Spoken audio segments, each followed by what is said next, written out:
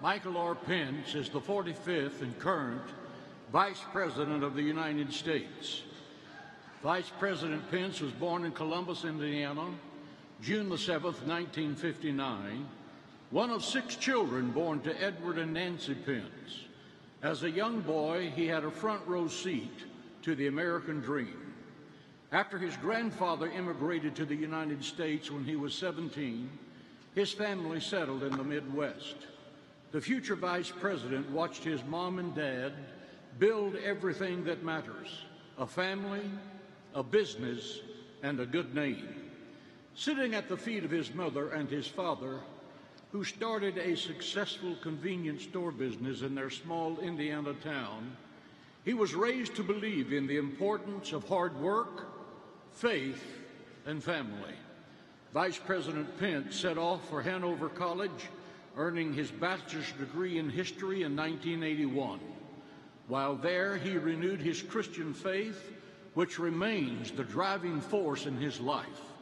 He later attended Indiana University School of Law and met the love of his life, Second Lady Karen Spence. After graduating, Vice President Pence practiced law. He led the Indiana Policy Review Foundation and began hosting the Mike Pence Show, a syndicated talk show radio and a weekly television public affairs program in Indiana. Along the way, he became the proud father to 3 children, Michael, Charlotte, and Audrey. Growing up in Indiana, surrounded by good, hard-working Hoosiers, Vice President Pence always knew that he needed to give back to the state and the country that had given him so much. In 2000, he launched a successful bid for his local congressional seat, entering the United States House of Representatives at the age of 40.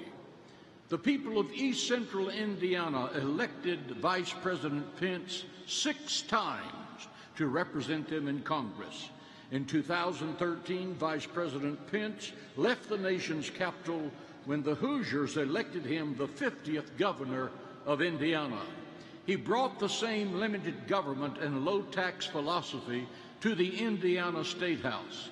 As governor, he enacted the largest income tax cut in Indiana history, lowering individual income tax rates, the business personal property tax, and the corporate income tax in order to strengthen the state's competitive edge and attractive new investment and good-paying jobs. Due to his relentless focus on jobs, the state's unemployment rate fell by half during his 4 years in office, and at the end of his term, more Hoosiers were working than at any point in the state's 200-year history. As governor of Indiana, Vice President Pence increased school funding, expanded school choice, and created the first state-funded pre-K plan in Indiana history. He made career and technical education a priority in every high school. Under Vice President Pence's leadership, Indiana, known as the Crossroads of America, invested more than $800 million in new money for roads and bridges across the state. It was Indiana's success story, Vice President Pence's record of legislative and executive experience, his strong family values that prompted President Donald Trump to select Mike Pence as his running mate in July 2016. The American people elected President Donald Trump and Vice President Pence on November the 8th, 2016. President Donald Trump and Vice President Pence entered office on January the 20th of this year. Vice President Mike Pence remains grateful for the grace of God, the love and support of his family, and the blessings of liberty that are every American's birthright. He looks forward to working with the American people as together they seek to make America great again. Ladies and gentlemen, will you please stand and give a warm CUFI welcome to the 45th Vice President of the United States, Mike Pence.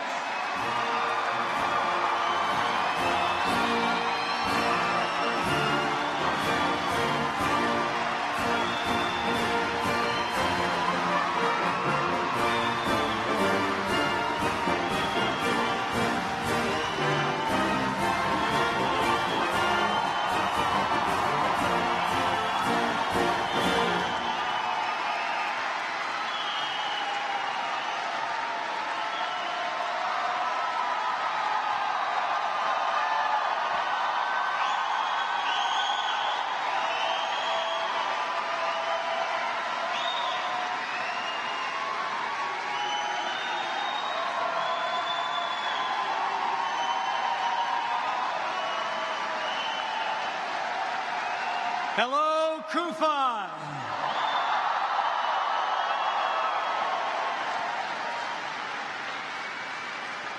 Thank you, Pastor John Hagee, Ambassador Dermer, distinguished members of Congress, honored guests, my fellow believers and friends. It is humbling for me to be before you today to join you at the 12th Annual Summit of the largest pro-Israel organization in the United States of America, Christians United for Israel.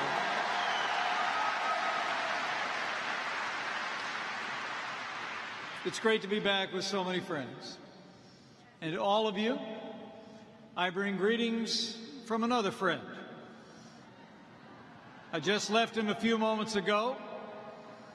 He is a leader, a believer, and a tireless friend of the Jewish state of Israel, the 45th President of the United States, President Donald Trump.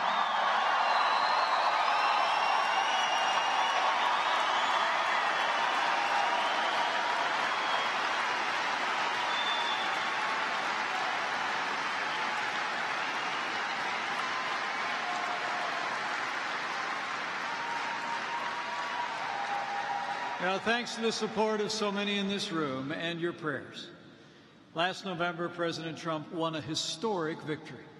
More counties than any president since Ronald Reagan, 30 of 50 states no Republican had carried in a generation.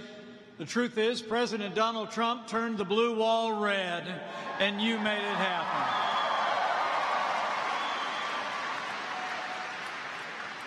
You know, as the good book says, if you owe debts, pay debts.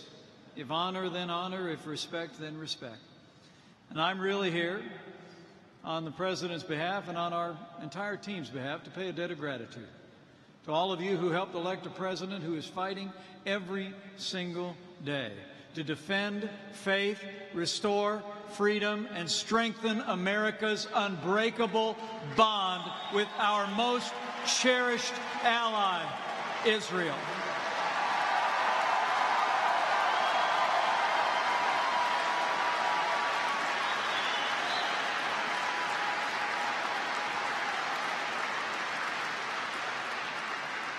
You know, just last month, President Trump made a historic visit to Israel. And I know all of you were watching from afar. One of the very first countries our president visited since he took office, standing in Jerusalem in that ancient and holy city. Our president declared for all the world to hear that under his leadership, the United States of America will always stand with Israel.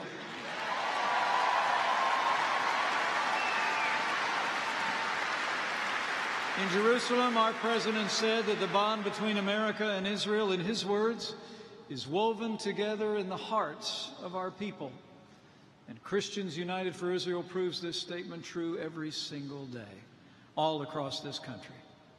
You know, it was only 11 years ago that my friend Pastor John Hagee had the courage and vision to unite American Christians to rally around those ancient words, for Zion's sake, I will not keep silent. And Pastor John Hagee, I thank you for your leadership on behalf of this nation and the Jewish state of Israel.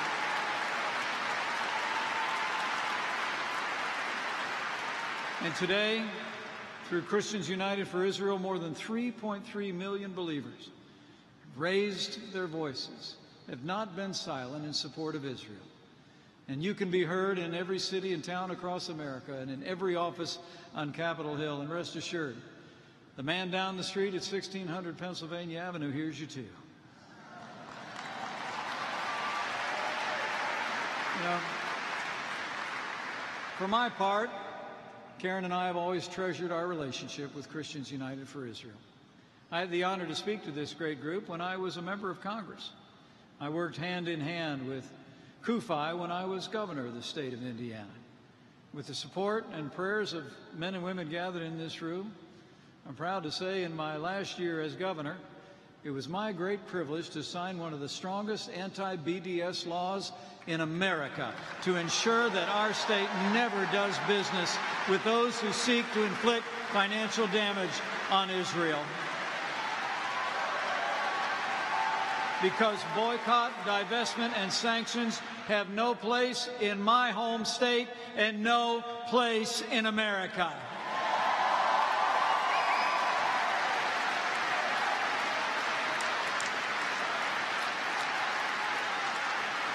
You know, it's humbling to stand before you today for another reason, because it was just 1 year ago this past weekend that the phone rang at the governor's residence. And there was a familiar voice on the other line. And I remember when that call came and when the invitation came to join this national ticket, I couldn't help but think of that ancient verse. Who am I? And who is my family that you brought me this far? So tonight, let me just take a moment to thank all of you, men and women of CUFI, all those you represent around America. Thank you for your friendship, your support, and your prayers every step of the way on the journey that my little family has taken throughout my career. It's hard for me to express before you friends of so many years the humility and gratitude I feel today to stand before you as the 48th Vice President of the United States of America. From the bottom of my heart, thank you.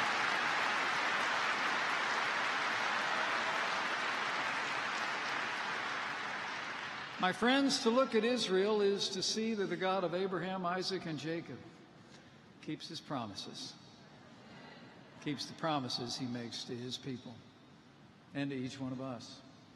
Ezekiel prophesied, and I quote, "Behold, I will cause breath to enter into you, and you shall live." And the state of Israel and her people bear witness to God's faithfulness as well as their own. How unlikely was Israel's birth? How more unlikely has been her survival? And how confounding against the odds has been her thriving?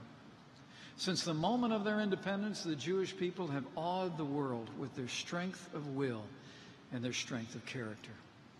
Indeed, anyone with eyes to see and ears to hear must acknowledge that Israel is a living testimony to the power of hope over hate, and so will she always be.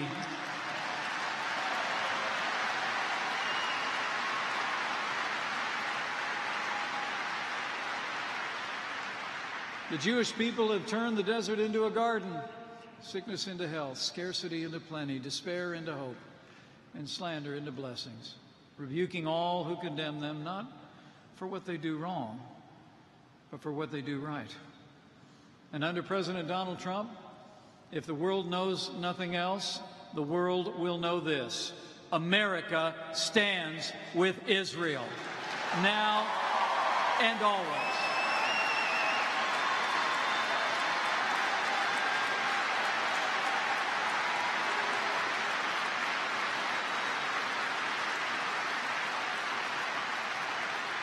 President Trump and I stand with Israel for the same reason every freedom-loving American stands with Israel. Because her cause is our cause. Her values are our values, and her fight is our fight. And President Trump is actually a lifelong friend of Israel. I've seen his passion firsthand in the president's deep affection for Israel. The morning after the election, I was actually in the room when Prime Minister Netanyahu called to congratulate the president on his great victory. I heard President Trump express his unwavering support for Israel and the Jewish people that morning, support he reiterated when he welcomed the Prime Minister to the White House. And just last month, the world saw our president's commitment to Israel during that visit to Jerusalem, when President Donald Trump declared that America's, quote, deep and lasting friendship with Israel will only, in his words, grow deeper and stronger as we work together in the days ahead.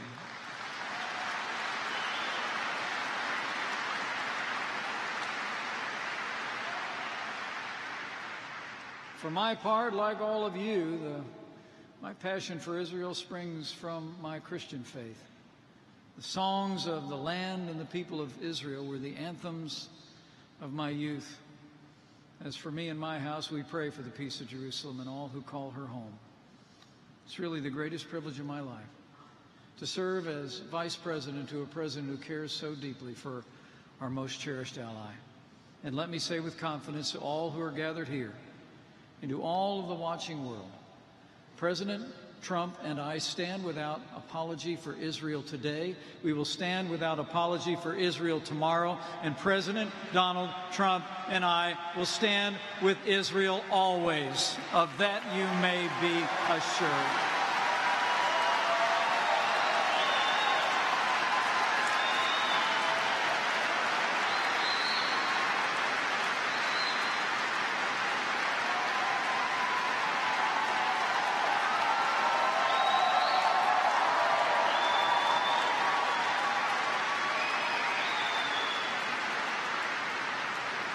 You just need to look at the actions our president has taken since he took office. Like when he named Governor Nikki Haley to be America's ambassador to the United Nations. At the president's direction, Ambassador Haley has been standing up for America, and she's been standing up for Israel. And as Ambassador Haley said just a short while ago, in her words, quote, "The days of Israel bashing at the United Nations are over."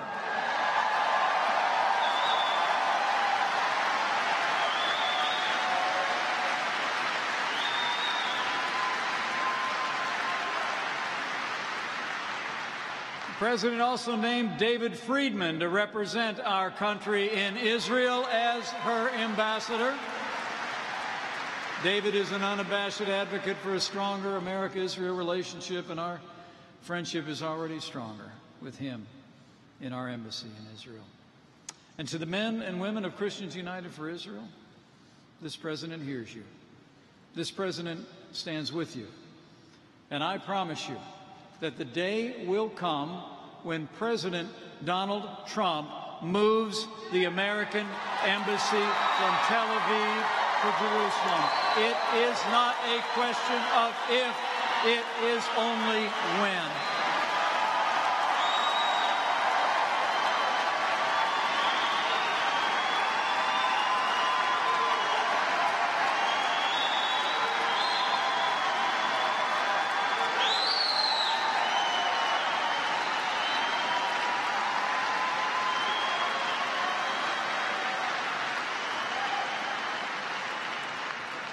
President Trump is also personally committed to helping the parties resolve the long-standing Israeli-Palestinian conflict. In addition to his own visit to Israel, the President has dispatched several of his top advisors to help guide negotiations. But our President, I can assure you, knows any peace requires an end to the incitement of hatred, an end to any support whatsoever of terrorism, and above all else, a lasting peace requires true and complete Palestinian willingness to accept and recognize the Jewish state of Israel.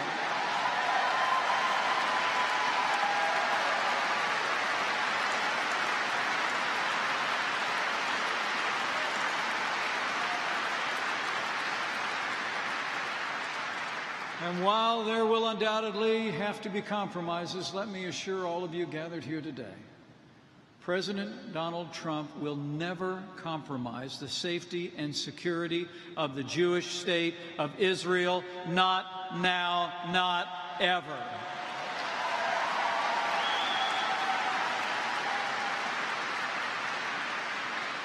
Since the moment of its birth, there's hardly been a day when Israelis have lived without war, or the fear of war, or the grim reality of terror. We were reminded of this just last Friday when 3 gunmen ambushed a group of Israeli police officers in the very heart of Jerusalem. 2 brave officers were murdered in this barbaric act of terrorism. We mourn with those who mourn and grieve with those who grieve. We grieve with the families of these fallen heroes of Israel. And the prayers of our President, our family, and all who cherish Israel are with these heroic law enforcement officers and their families.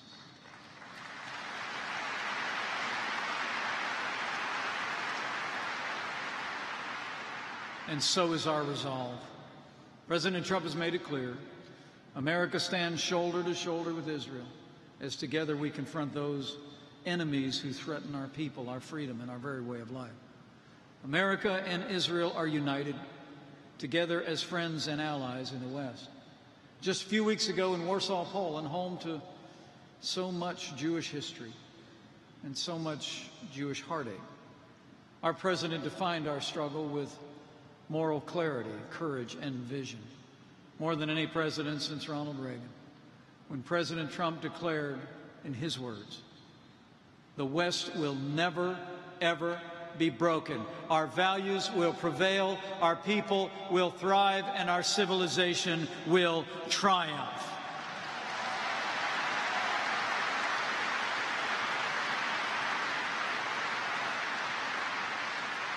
We will triumph because our courage and conviction cannot be matched. And for that matter, neither can our strength. Today, America's support for Israel's security is at record levels. And America now has a president who's fighting every day to rebuild our military. And under President Donald Trump, I'll promise you, we're going to rebuild this military. We're going to restore the arsenal of democracy, and we're once again going to give our soldiers, sailors, airmen, Marines, and Coast Guard the resources and training they need and deserve to accomplish their mission and come home safe.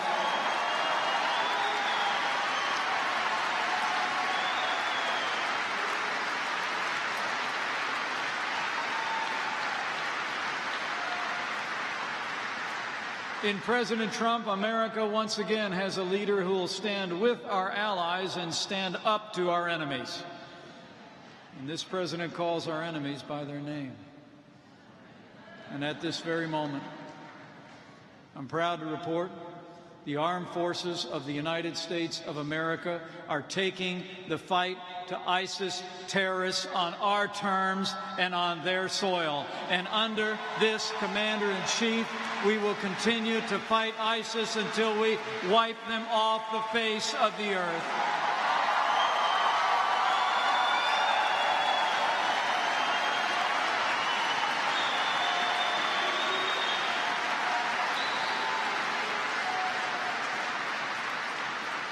And under President Trump, America will continue to stand strong.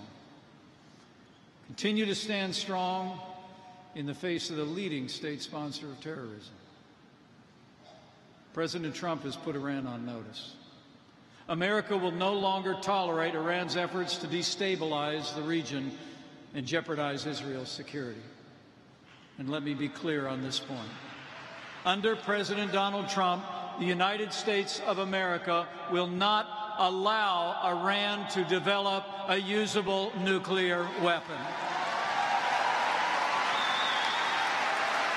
This is our solemn promise to the American people, to the people of Israel, and to the world.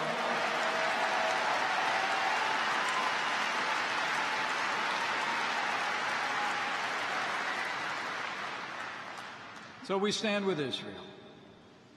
We stand with Israel today and every day because the American people, throughout our history, have always cherished Israel.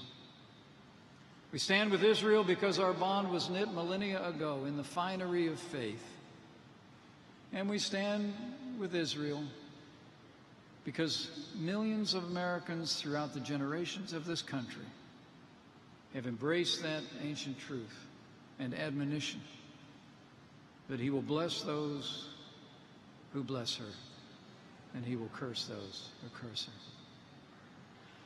Indeed, though Israel was built by human hands, it is impossible not to sense that just beneath its history lies the hand of heaven.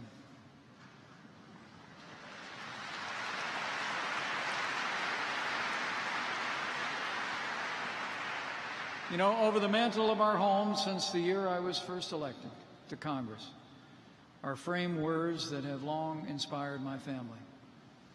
We had them over the fireplace in our home in a small town southern Indiana.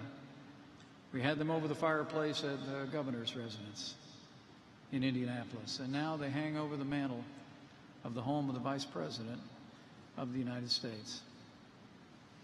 They're words of confidence and of faith. They're words to which my family has prepared to, as generations of Americans have done so throughout our history, and the people of Israel, through all their storied history, have clung. They come from the book of Jeremiah, and it simply reads, "For I know the plans I have for you, plans to prosper you and not to harm you, plans to give you hope and a future." These words are as true today for all people of faith as they were in millennia past. And so I encourage you to embrace them. I urge the men and women of Christians United for Israel to cling to that hope and that promise. And I urge you to do particularly what you've done exceedingly well these many years, to continue to bow the head, to bend the knee, and to pray.